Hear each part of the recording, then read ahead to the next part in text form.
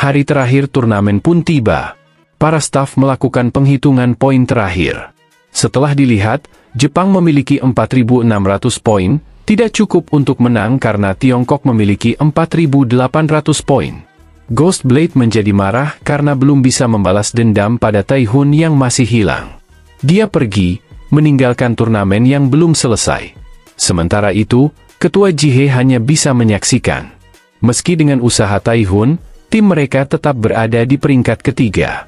Karena hilangnya Taihun, skor Korea Selatan stagnan. Dari posisi pertama, mereka jatuh ke peringkat 3. Kecuali mereka menemukan ratusan batu atau membunuh monster peringkat SS, mereka tak bisa mengejar. Dia menyesali kegagalannya, tapi saat itu terdengar suara tawa dari belakang. Itu adalah Ketua Long, ditemani oleh Feng. Long berkata bahwa ini sangat disayangkan, begitu Korea memiliki bakat besar, dia meninggal dalam insiden tragis. Jihye mencoba tenang dan mengatakan bahwa Taihun belum mati, tapi Long menyuruhnya bersikap realistis. Ini adalah Draconian Tower, tidak ada yang bisa keluar hidup-hidup. Jihye tahu pria ini mungkin ada hubungannya dengan hilangnya Taihun. Tapi mereka tidak punya bukti apa-apa. Long senang melihat Jihye akhirnya memahami, mereka yang tidak punya kekuatan, tidak bisa mengklaim kebenaran. Jihye merasa muak, tubuhnya bergetar. Tapi tiba-tiba, sebuah gerbang muncul tepat di depannya. Semua orang terkejut.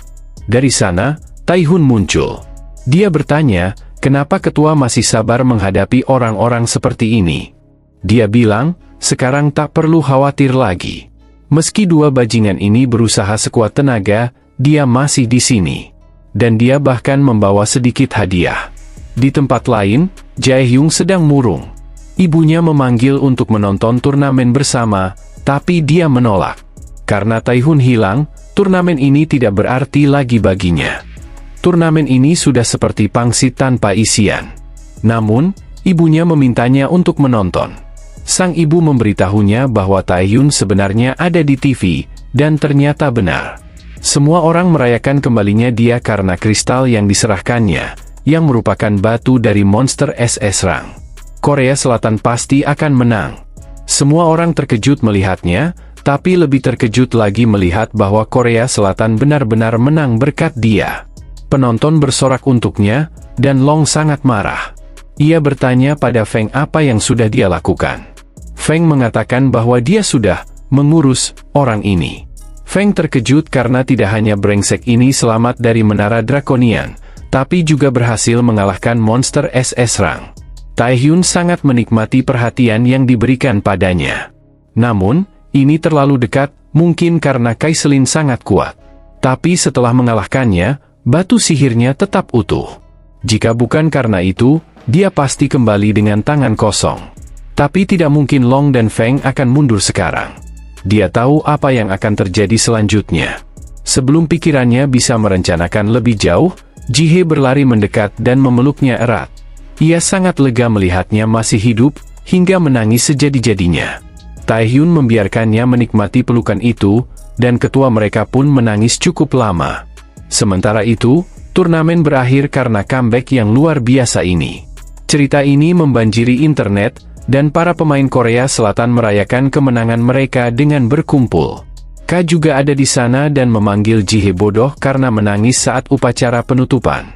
Setelah itu, Taehyun diundang ke Asosiasi Pemain Singapura, di mana Ketua Singapura, Helitan, mengucapkan terima kasih karena telah datang. Namun, alasan undangan ini sederhana. Asosiasi pemain mereka ingin mengajukan aliansi dengannya. Taehyun sudah tahu tentang ini karena hal yang sama pernah terjadi sebelum regresinya. Singapura kehilangan pemburu utama mereka dalam turnamen dan mencoba meminta aliansi dengan pemain terampil dari negara lain. Tapi Long dan Feng tidak membiarkan itu terjadi. Taehyun ingin membicarakan tawaran tersebut, tapi sebaiknya mereka hadapi tamu tak diundang terlebih dahulu. Pintu tiba-tiba terbuka, dan sekelompok orang masuk ke ruangan, membuat Tan terkejut. Feng tidak tahu bagaimana dia bisa keluar dari menara Draconian. Tapi itu tidak penting, karena ini akan menjadi akhir bagi Taehyun. Namun, Taehyun tidak terkesan dengan kemunculannya, karena dia sudah tahu bahwa orang ini pasti akan datang. Tiba-tiba jendela di belakang mereka mulai retak, dan para pemburu mulai muncul satu persatu. Sung Jin tidak percaya mereka menyerang di siang bolong, sementara Hangul bersumpah akan membayar hutangnya di sini. Hunso juga berada di sana, sedang berlatih untuk menjadi pahlawan, dengan Seong bertanya-tanya apakah aman baginya untuk berada di sini. Tapi dia diberitahu bahwa dia akan berguna, jadi tidak masalah. Tan tersenyum, mengingat Feng yang dulu mengatakan sesuatu tentang tidak penting sekarang. Nah, dia setuju, karena dia akan mati di sini bersama anak buahnya. Sebelum semua ini, Taehyun memberitahu Ji Hye dan yang lainnya bahwa Feng akan pergi ke kepala asosiasi Singapura dan melakukan sesuatu yang mengerikan, yang membuat semua orang bingung karena permainan sudah selesai. Taehyun menjelaskan bahwa tidak mungkin Long akan mundur sekarang, karena tujuannya adalah untuk menghilangkan asosiasi lain dan menguasai monopoli Dungyeon serta batu mana. Mereka bukan satu-satunya yang terancam oleh amukan Feng. Ji Hye kemudian bertanya apa yang direncanakan, tapi Taehyun menjawab bahwa itu sederhana. Orang jahat seperti bajingan itu pasti perlu diberi pelajaran. Pemain dari Korea Selatan dengan mudah mengalahkan preman-preman Feng dan menggunakan kekuatan mereka untuk mengevakuasi Tan. Feng mencoba menghentikan mereka melarikan diri, tapi Taehyun menyeretnya keluar dari gedung. Karena mereka memang seharusnya bertarung, bukan? Feng terkejut. Dulu dia lari, tapi sekarang dia ingin menghadapi Taehyun. Meskipun dia kuat, dia tidak boleh bingung. Dia mengaku telah mengalahkan Shin dan Ming Min, tetapi dia sudah melihat kekuatan sejati Taehyun di abis. Sebelum dia bisa mengatakan apa-apa lagi, Taehyun menyebutnya sebagai tukang ngomong profesional, dan memotong lengannya dengan satu serangan. Feng bahkan tidak bisa memproses apa yang terjadi sebelum dia diserang lagi. Ia merasa apa yang dilihatnya mustahil. Bagaimana lengannya bisa dipotong oleh bajingan itu? Kekuatan Taehyun tidak seperti ini di abis. Tetapi hanya dalam beberapa hari, dia berhasil mengalahkannya. Taehyun menyerangnya lagi, seolah mengakhiri pertarungan. Taehyun tahu dia akan menang karena peningkatan peringkatnya. Tapi berpikir bisa melakukannya begitu mudah melawan peserta terkuat dalam pertandingan pameran, sepertinya kekuatannya jauh lebih besar dari yang dia harapkan. Feng tertawa, karena sekarang dia mengerti mengapa dua orang lainnya kalah. Taehyun benar-benar monster. Dia tidak mengira akan menggunakan kemampuan Archduke padanya. Mungkin dia pikir dia yang terkuat, tapi mulai saat ini dia akan menunjukkan seperti apa kekuatan sejati itu. Ini adalah rampage darah Feng. Di dalam, mengumpulkan sisa preman dan segera menangani mereka, tapi Sung Jin menyuruhnya cepat datang karena Taehyun tampaknya dalam bahaya. Tempat dia bertarung itu tertutup oleh semacam penghalang. Wenang berusaha menghancurkannya lagi dan lagi. Dia memberitahu Taehyun bahwa inilah kekuatan sejati. Tapi Taehyun tidak percaya. Menjadi kantung darah besar tidak akan memberinya kekuatan. Bahkan jika dia memotong tangannya lagi, itu akan beregenerasi, memberi Feng keuntungan dan menyerang. Taehyun tidak percaya ini orang yang sama seperti sebelumnya. Tempat ini juga tampaknya sangat mirip dengan abis. Dia menyebut apa yang dia gunakan sebagai kemampuan Archduke. Dan Kaiselin merujuk pada Rosaria dengan cara yang sama. Ini berarti ada Archduke lain selain dia, yang berarti dia punya hubungan dengan raja. Tapi mungkin Feng juga demikian. Karena terlalu terjebak dalam pikirannya, Feng berhasil mendapatkan keuntungan lagi dan menangkapnya. Dia telah melampaui kekuatan manusia. Tapi dia dipilih oleh seorang Archduke, sesuatu yang tidak dapat dia pahami. Taehyun ingin bertanya, sebelum dia mati, apa yang dia ketahui tentang sang raja. Feng mengira dia sedang berbicara tentang para Archduke dan mengatakan bahwa mereka adalah makhluk yang tidak akan pernah bisa dia mengerti. Taehyun sudah menduga dia tidak akan tahu, namun ini tetap patut dicoba. Tiba-tiba, perasaan predator mulai menguasai. Taehyun merasa bahwa saatnya untuk mengakhiri ini. Meskipun dia sudah memberinya banyak hal untuk dipikirkan, urusan mereka telah selesai. Maka dengan perintahnya, dia akan menghilang setelah menghabisinya. Taehyun bertanya-tanya, apakah Rosaria satu-satunya yang tahu tentang para raja? Meskipun, berdasarkan apa yang dikatakan Feng, pasti ada Archduke lain. Semua makhluk itu mengerikan. Saat dia merenung lebih dalam, daging Feng mulai berubah menjadi sesuatu yang lain. Seseorang berbicara dengan nada memerintah. Mereka berdua sedang membicarakan siapa yang terkuat. Tapi, apakah ini batas kemampuan mereka? Ini memang tak terhindarkan. Manusia adalah makhluk yang lemah dan serakah. Apakah dia yang membunuh kontraktornya? Ini adalah Archduke lainnya, sang vampir Lord Ikmun. Dalam 1 detik, Taehyun bertanya-tanya, siapa kontraktornya? Apakah itu Feng? Tapi yang lebih penting, aura ini hanya bisa berarti satu hal. Orang ini adalah Archduke dari Abyss. Ikmun merasa harus menguji kemampuannya terlebih dahulu. Dia memanggil sejumlah pedang di atas Taehyun dan menjatuhkannya. Taehyun hampir tidak bisa lolos dari serangan itu, namun ia terkesan dengan ukuran pedang-pedang tersebut, sangat mirip dengan pedang yang digunakan Feng. Ia memblokir salah satu yang datang, menyadari perbedaan kekuatan yang sangat besar. Ia harus mendorong dirinya lebih keras. Tak ada keraguan lagi. Seperti Rosaria, pria ini adalah Archduke dari Abyss, makhluk yang bahkan tak bisa dia dekati sekarang. Mengapa dia muncul di sini? Itu tidak terlalu penting. Yang harus Taehyun lakukan adalah bertahan hidup dan menggunakan segala yang dia miliki. Ia menggunakan aura Raja Tengkorak untuk memecahkan pedang-pedang itu, membuat Ikmun tersenyum penuh harapan.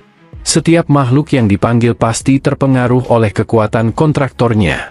Jadi, jika kontraktor lebih kuat dari makhluknya, makhluk itu akan menjadi lebih kuat. Sebaliknya, jika makhluknya melebihi kontraktornya, tubuh mereka kemungkinan besar tidak akan tahan terhadap kekuatan tersebut dan akan mengalami dampak sihir. Pemanggilan pun bisa dibatalkan. Jika Taehyun benar dan kontraktor dari pria itu, Feng, sudah mati, maka saat ini Ikmun hanya dipanggil paksa melalui tubuhnya yang membusuk. Pasti ada batas waktu berapa lama dia bisa bertahan. Jadi Taehyun hanya perlu bertahan. Ikmun memberitahunya bahwa meskipun dia berbeda dari kontraktornya, usahanya untuk bertahan hidup sangat ambisius dan patut dipuji. Dalam sekejap, sebelum Taehyun bisa bereaksi, Ikmun memanggil sebuah tornado darah yang mengenai tubuhnya. Ia memanggil lebih banyak lagi, sambil berkata bahwa tidak peduli seberapa kuat seseorang, mereka takkan pernah tahu tempatnya, tanpa sedikit cedera. Dia harus membunuh Taehyun karena pelanggarannya. Namun sebelum ia bisa merobek tubuh Taehyun, tornado itu berubah menjadi sinar kelopak bunga. Ikmun langsung tahu, ini hanya bisa berasal dari satu orang. Rosaria telah menyelamatkan Taehyun. Ikmun tidak begitu terkejut melihat bahwa, sekali lagi, Rosaria muncul dalam situasi seperti ini. Sekarang dia mengerti. Kontraktornya tidak mungkin kalah dari seorang manusia. Tapi untuk berpikir bahwa Rosaria adalah kontraktornya, sungguh luar biasa. Ikmun berbicara pada Rosaria. Ia memerintahkannya untuk menyerahkan manusia itu dan pergi, atau dia akan menyeretnya ke neraka juga. Rosaria menyadari betapa marahnya dia karena kematian kontraktornya. Bahkan setelah bertahun-tahun, dia masih seperti itu. Tapi Rosaria juga sama keras kepalanya. Maka ia menolak. Taehyun bertanya, siapa orang ini? Rosaria menjawab, dia adalah vampir Lord Ikmun. Seperti Scarlet Lady, dia seorang Archduke. Dan saat ini, dia musuh kita.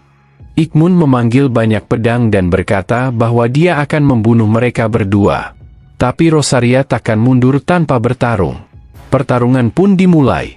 Taehyun hampir segera merasakan dampak sihir menyerangnya. Dia mungkin sudah mencapai batasnya. Dalam pertempuran yang telah dilaluinya, dia jauh dari cukup kuat untuk membantunya. Ia hanya bisa bertahan berkat pemanggilan Rosaria. Rosaria mendekat dan berkata, jangan jatuh.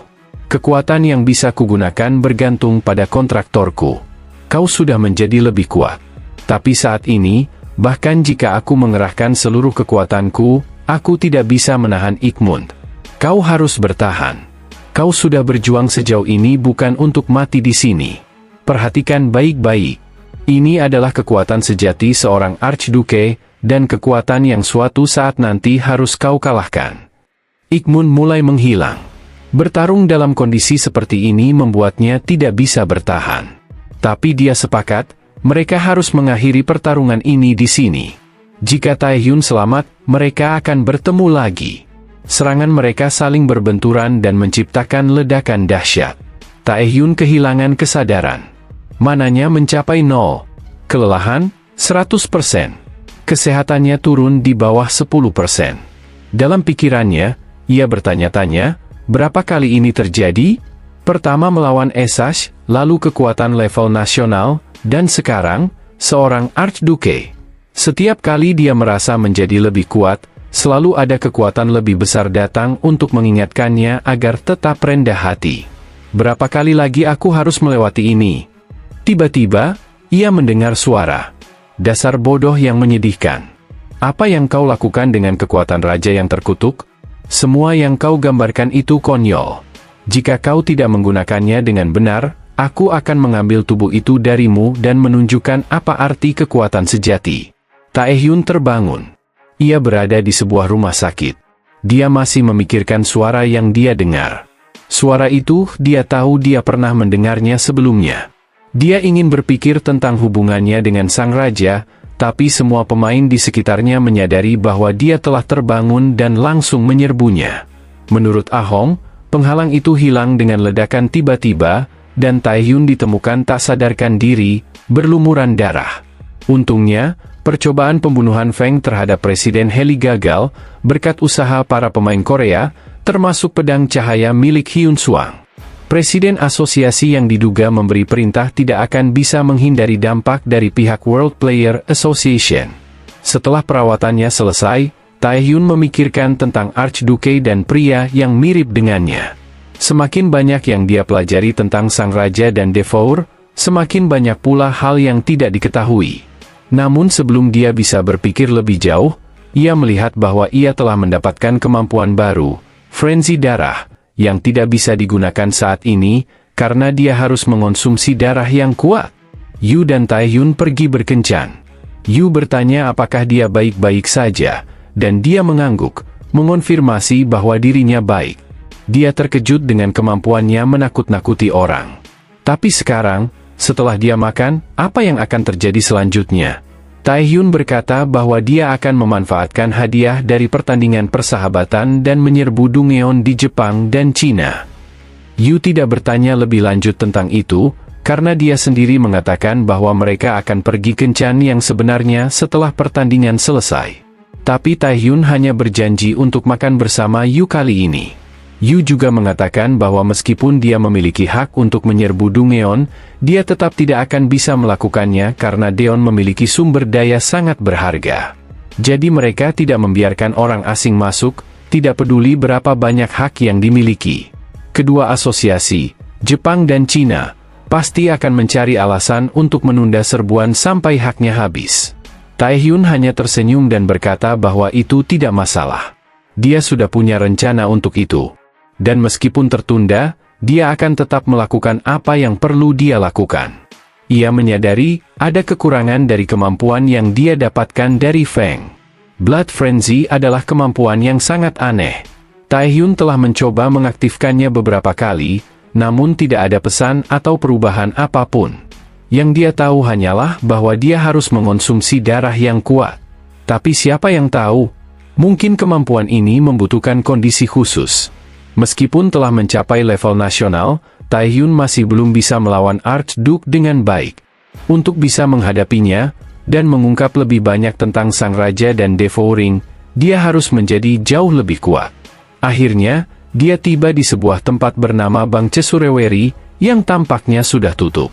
Namun, ia tetap membuka pintunya, membuat pemilik tempat, Cesu, bertanya apakah anak muda zaman sekarang sudah lupa cara membaca. Mereka sudah tidak berbisnis lagi, jadi Taehyun diminta pergi. Taehyun mengatakan bahwa dia tidak datang untuk minum, melainkan karena kemampuan skill fusionnya. Cesu terkejut dan berbalik. Ia tidak menyangka akan mendengar hal itu, tapi siapa sebenarnya anak ini? Taehyun memperkenalkan dirinya sebagai pemain level nasional, dan juga sebagai orang yang datang untuk menyelamatkan Cesu dari lubang gelap ini. Cesu adalah pemilik pabrik bir di luar Seoul. Seorang pria tua yang hanya menunggu ajal menjemput. dia juga satu-satunya orang di dunia yang memiliki kemampuan skill fusion, potongan kekuatan yang telah terbangun. Namun, Chesu lebih memilih fokus pada pabrik birnya daripada memanfaatkan kemampuannya. Anaknya menentang pilihan itu. Mengapa mereka harus hidup seperti orang biasa, padahal telah diberkahi dengan kekuatan? Mereka seharusnya bisa hidup jauh lebih baik. Mungkin karena frustrasi, karena hanya berperingkat E, anaknya memiliki pandangan berbeda. Tak mampu menolak keinginan sang anak, Chesu mencoba melakukan skill fusion pada banyak iblis yang dibawa anaknya. Namun, setiap kali, para iblis itu mati atau menjadi cacat akibat aliran balik mana yang sangat ekstrim. Takut akan pembalasan, sang anak melarikan diri. Dipenuhi rasa bersalah, pria tua itu bersumpah tidak akan pernah menggunakan kemampuannya lagi. Chesu terkejut karena Taehyun mengetahui semua itu. Namun meskipun tahu, Taehyun tetap memintanya untuk melakukan skill fusion. Chesu menganggapnya gila dan menyuruhnya pergi. Ia tidak peduli meskipun Taehyun adalah S-rank atau pemain level nasional. Jiwa-jiwa yang telah ia hancurkan terus menghantuinya setiap malam. Ia tidak ingin menambah beban pikirannya. Namun Taehyun berkata dengan tenang bahwa dirinya tidak akan hancur oleh kemampuan itu. Chesu bertanya, apakah yang dikatakan Taehyun benar? Taehyun mengonfirmasi bahwa aliran balik mana yang terjadi bukanlah kesalahan Chesu. Hal itu terjadi karena peringkat para iblis terlalu rendah, sehingga hasil fusion melampaui kemampuan mereka. Itu hanyalah efek samping biasa. Dengan statusnya sekarang, bahkan jika aliran balik muncul, tidak akan terjadi hal buruk pada siapapun, baik dirinya maupun Chesu. Chesu memohon agar Taehyun tidak mengatakan hal-hal mengerikan seperti itu. Kenyataan bahwa kemampuannya tidak bermasalah baru terungkap 10 tahun kemudian, melalui penyelidikan asosiasi. Namun semuanya sudah terlambat. Dalam rasa bersalah atas kematian anaknya, Chesu tenggelam dalam alkohol, hingga kesehatannya hancur. Jika kesalahpahaman ini tidak diselesaikan, Chesu akan terus hidup dengan beban itu hingga akhir hayatnya. Tapi sekarang, belum terlambat. 3 kombinasi keterampilan muncul, dan Chesu terkejut. Ia bertanya apakah Taehyun yakin akan baik-baik saja. Taehyun tidak menyangka hasilnya seperti ini, meskipun Predation belum muncul. Namun dia tetap meminta Chesu melanjutkan. Chesu pun mengerahkan kemampuannya. Di markas besar Asosiasi Pemain Amerika Serikat, sebuah rapat sedang berlangsung. Kevin Ien, Presiden Asosiasi sekaligus pemain S-rank, mencatat bahwa sudah lama sejak kekuatan utama AS berkumpul di satu tempat. Gregor Gale, pemain kekuatan nasional peringkat 10, bertanya apakah ini pertanda mereka akan berperang. Dylan Gray, pemain peringkat 7, menyuruhnya untuk menghormati presiden. Ricky Harris, peringkat 2, mengeluh bahwa ini pasti akan berubah jadi pertengkaran lagi. Dia meminta Cody untuk angkat bicara, karena dia seharusnya menjadi pemimpin. Cody Wood, pemain kekuatan nasional peringkat 1, akhirnya berbicara. Ia mengatakan bahwa mereka bukan anak-anak. Ini hanya peringkat formal, dan dia tidak memaksa siapapun. Cody lalu meminta mereka langsung ke inti masalah. Apakah kalian sudah dengar tentang peserta dari Tiongkok di turnamen persahabatan Asia baru-baru ini? Montel Roman, pemain peringkat 5, mengangguk. Ming Min, Feng, dan yang lainnya, kan? Nick Lowen, peringkat 6, menambahkan bahwa 2 dari mereka mati dalam serangan Samrodu, 1 mencoba membunuh Presiden Asosiasi Singapura, dan akhirnya terbunuh. Gale bertanya, lalu kenapa kita membahas mereka? Mereka sudah mati, kan? Kevin menjawab, itu laporan resminya. Tapi dari intel terbaru, dipastikan bahwa ketiga orang itu dibunuh oleh 1 orang, terutama Feng, yang diketahui terikat kontrak dengan Vampire Lord, Ikmund. Semua terkejut. Cody tetap tenang dan bertanya, siapa yang mengalahkan mereka? Kevin diam sejenak, lalu menjawab, Kim Taehyun. Dari Neo Korea. Tentu saja, meskipun dia mengalahkan Feng, Taehyun masih jauh dari level pemain kelas dunia. Tapi mereka harus menyelidikinya, karena dia mungkin akan menjadi jauh lebih kuat. Skill fusion Taehyun berhasil, membawanya bukan ke peringkat S, tetapi ke AA. Keesokan harinya, di Bandara Korea, Gale berjalan bersama seorang pria lain. Ia bertanya mengapa mereka harus datang ke tempat terpencil ini hanya untuk menyelidiki satu orang. Kalau dia bisa kami habisi, kami tidak perlu capek-capek terbang kemana-mana. Pria itu, Marcus Gore, pemain kekuatan nasional AS peringkat 8, menjawab bahwa mereka tidak datang untuk bertarung. Setidaknya, belum. Sementara itu, dengan skill fusionnya yang baru selesai, Taehyun ingin segera menguji kemampuannya. Tapi jika digunakan di tempat umum, itu bisa menimbulkan kekacauan. Jadi dia menahan diri. Sebelum masuk ke apartemennya, Gore menyapanya dan mengatakan bahwa mereka sudah menunggunya cukup lama. Gale tidak percaya bahwa anak ini bisa mengalahkan Feng. Dia cuma anak ingusan. Taehyun tahu siapa mereka. Mereka adalah pemain level nasional AS. Tapi mengapa mereka ada di sini? Ia mengundang mereka masuk dan bertanya, "Apa urusan kalian denganku?" Gore meminta izin untuk menganalisisnya terlebih dahulu. Taehyun tahu kemampuan itu, Ziggurat, keterampilan milik Gore yang dapat mengungkapkan statistik, keterampilan, dan status mental seseorang. Gore terkejut. Ini pertama kalinya dia melihat pemain peringkat AA. Statistik Taehyun memang berada di level kekuatan nasional, namun tidak terlihat cukup untuk mengalahkan Feng. Tiba-tiba, Predation muncul dan memblokir proses analisis lebih lanjut. Taehyun memperingatkan, "Demi keselamatanmu, sebaiknya hentikan. Apa yang sudah kamu lihat sudah cukup." Gore kaget. Tak ada yang pernah bisa mengalahkan Ziggurat sebelumnya. Dia minta maaf, sudah menjadi kebiasaan untuk segera menggunakannya. Kini dia mengerti, mengapa Kevin Ian begitu khawatir pada anak ini. Taehyun bertanya, "Jadi, apa tujuan kalian sebenarnya?"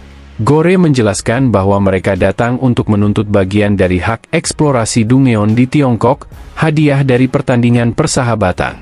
Mereka tidak bisa menyebutkan lokasinya, tapi ketua mereka baru-baru ini tertarik untuk menyelidikinya. Karena Taehyun mengalahkan Feng Long, ketua asosiasi pemain Tiongkok, pasti akan menghalangi dia agar tidak bisa menyentuh tempat itu. Apakah ini tidak sesuai dengan kepentingan bersama mereka? Jika dia membagikan hak atas penjara bawah tanah itu, mereka akan berhenti mengganggu Long dan membantu serangannya ke dalam penjara bawah tanah. Dengan begitu, mereka juga bisa membangun hubungan persahabatan dengan Taehyun. Ini adalah kondisi di mana kedua pihak tidak dirugikan. Jika dia menerima, asosiasi pemain AS akan mendapatkan pion baru yang bisa digunakan. Jika dia menolak, setidaknya dia tahu bahwa mereka tidak bermusuhan dengannya. Taehyun mempertimbangkan hal itu dan berterima kasih atas tawaran tersebut. Gore memahami, tetapi mereka tidak datang sejauh ini dari AS hanya untuk mendapat jawaban yang tidak memuaskan. Gore pun menyuruh Gale mundur, tetapi Gale belum yakin dengan jawabannya. Dia ingin menyelesaikan ini dengan kekuatan. Taehyun bingung. Gore terlihat ingin membangun hubungan, tetapi pria ini malah menunjukkan sikap sebaliknya.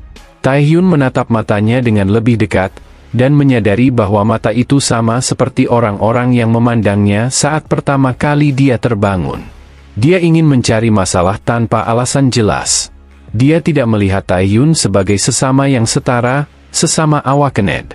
Taehyun tidak melupakan perasaan diperlakukan seperti itu, tetapi sekarang waktu sudah berubah. Jika Gale benar-benar terdesak untuk membuatnya menerima, maka mereka harus menyelesaikannya sekarang. Lagi pula, Taehyun memang sudah lama ingin menguji kemampuan barunya. Mereka pergi ke arena Guild Ansemiro, di mana asisten kanan bertanya apakah dia benar-benar akan membiarkan mereka bertarung di arena itu. Kanan mengonfirmasi, ini akan menjadi publisitas yang bagus. Namun, asisten itu menentangnya, arena itu tidak dibangun untuk menahan pertarungan antara dua pemain level nasional. Gale tampak cukup menyukai ide bertarung di arena, dan Taehyun berharap dia juga akan puas dengan hasil akhirnya. Gale memberitahunya untuk tidak mengkhawatirkan kepalanya yang cantik, karena dia akan menikmati pembantaian yang bagus. Dia lalu berubah menjadi werewolf besar dan menyerang Taehyun. Sementara itu, kanan justru lebih tertarik pada perubahan bentuk Gale daripada arena itu sendiri. Gore menjelaskan bahwa itu disebut Heart of the Wolf, sebuah keterampilan yang dilatih sampai ke titik ekstrim yang mengubah penggunanya menjadi werewolf dan meningkatkan kemampuan fisik mereka secara drastis. Gore menganggap sangat disayangkan mereka tidak bisa menjalin hubungan persahabatan dengan Taehyun, tapi mungkin ini juga bisa menjadi jalan lain, kesempatan untuk melihat seberapa kuat sebenarnya orang ini. Gale terus menyerang, tetapi Taehyun menganggapnya bodoh. Dia sudah mendengar dari Gore bahwa Gale tidak bisa mengonfirmasi beberapa keterampilan miliknya karena kemampuan tertentu. Tapi selain itu, statistik Gale tak ada apa-apanya dibandingkan miliknya. Dengan kekuatan yang dimilikinya, tidak mungkin bocah seperti dia bisa melakukan apa-apa. Setelah berhasil menjatuhkan Taehyun, Gale mengira semuanya sudah selesai. Namun, Taehyun justru tersenyum senang, lawannya cukup kuat, jadi dia tidak akan mati ketika Taehyun mengujinya.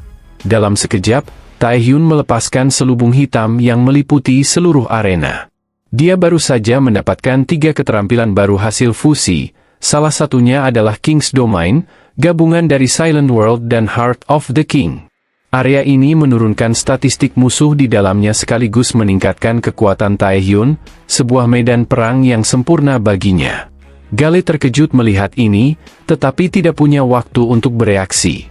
Taehyun langsung menyerangnya dengan keterampilan baru kedua, Shadow Skin, gabungan dari Stone Skin dan Stealth.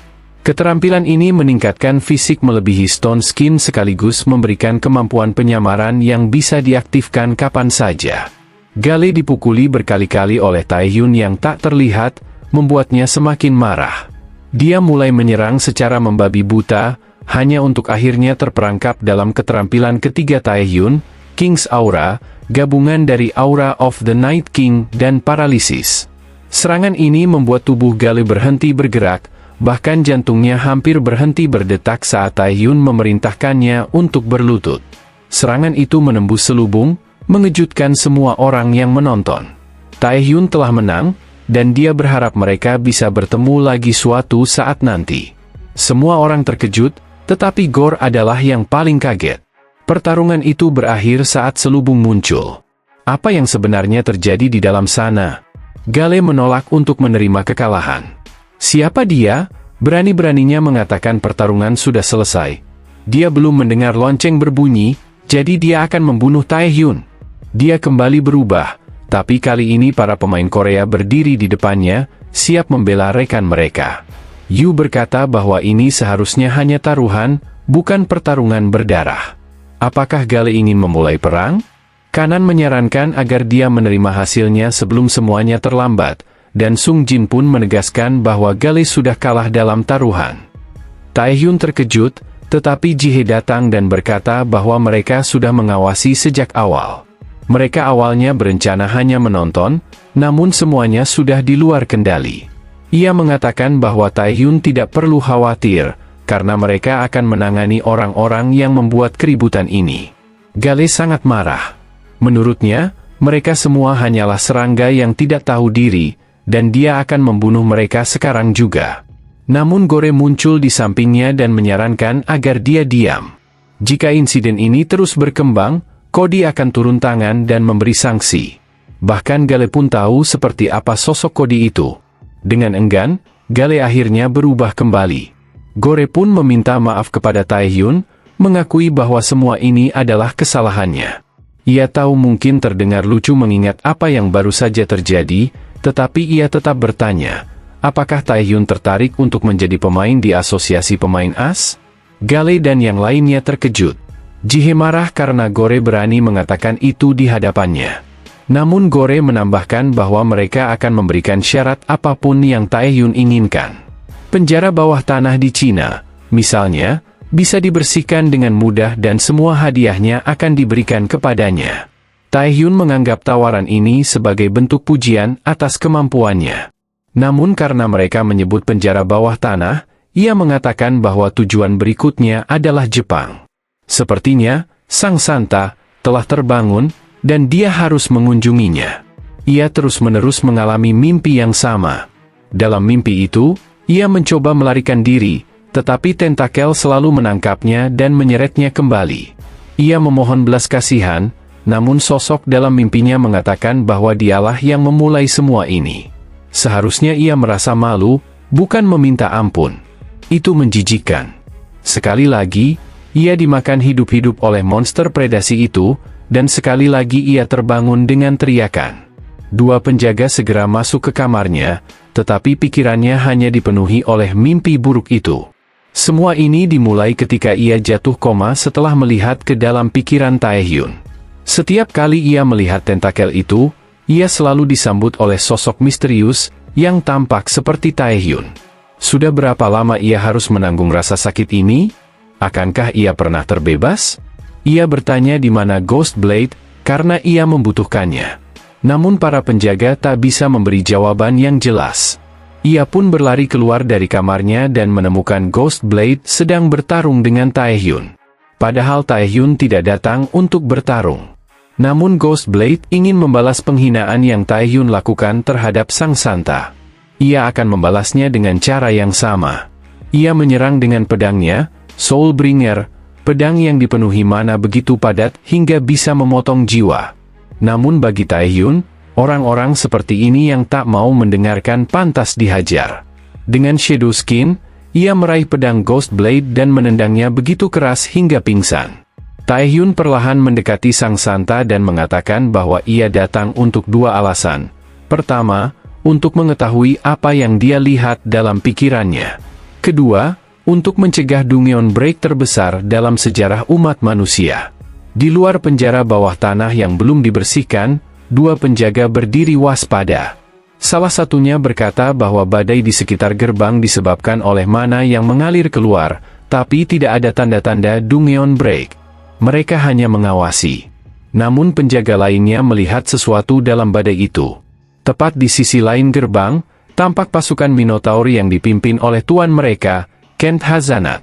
Yang lainnya memuji dan memohon perintah darinya, tapi mereka langsung dihancurkan oleh sang tuan dengan giginya sendiri. Katanya, mereka menjadi lebih kuat setiap kali makan. Sekarang, demi anaknya, Adipati Orgel, mereka akan meninggalkan tempat ini dan memulai festival darah.